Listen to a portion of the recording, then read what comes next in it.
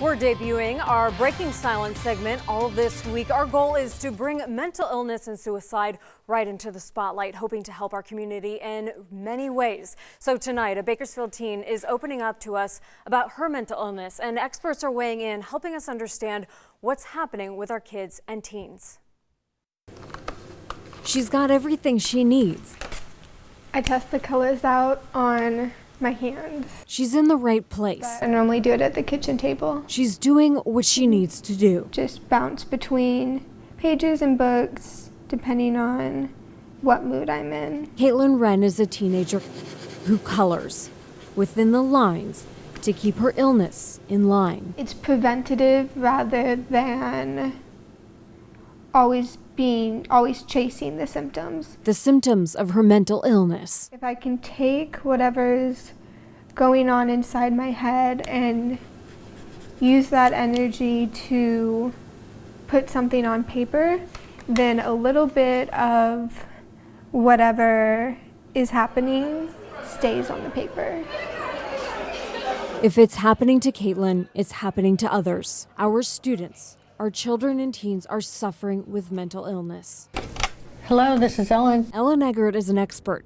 She answers phones for the Kern County Mental Health Crisis Hotline, and she talks to parents and students about mental illness and suicide, awareness and prevention. I have found that some parents feel like they're a failure if their child says, you know, I'm really depressed. Oh, you don't have anything to be depressed about. I don't believe they would say the same thing if a child said, look, Mom, my bone is sticking out. It would get them to a hospital immediately to fix that. And we have to see mental illness the same way. If my parents hadn't been so great in getting me help and treatment right away, I definitely would not be here today. Caitlin's journey with mental illness started 4 years ago. At 15, she was diagnosed with depression and anxiety. As she got older, her condition worsened quickly. At 16, she started hearing voices, experiencing hallucinations and delusions. Her diagnosis changed to schizoaffective disorder.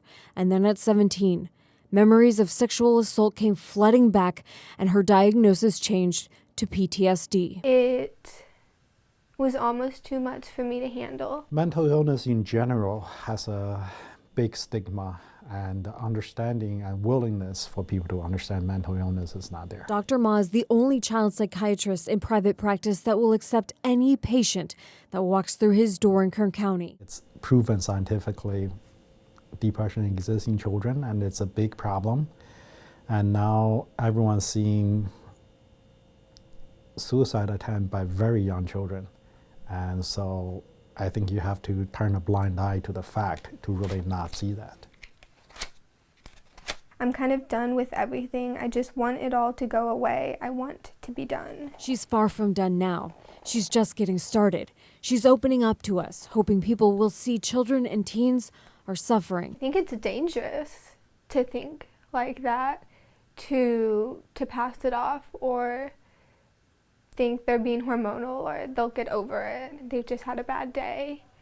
Especially with children and teenagers who they can't go by themselves and make an appointment with a therapist, deal with insurance. They need their parents and those around them to believe them and to help them. To save them, our children and teens. That's why I'm doing this. That's why I am trying not to hide what's happening with me, because people need to know that it's real and that it exists.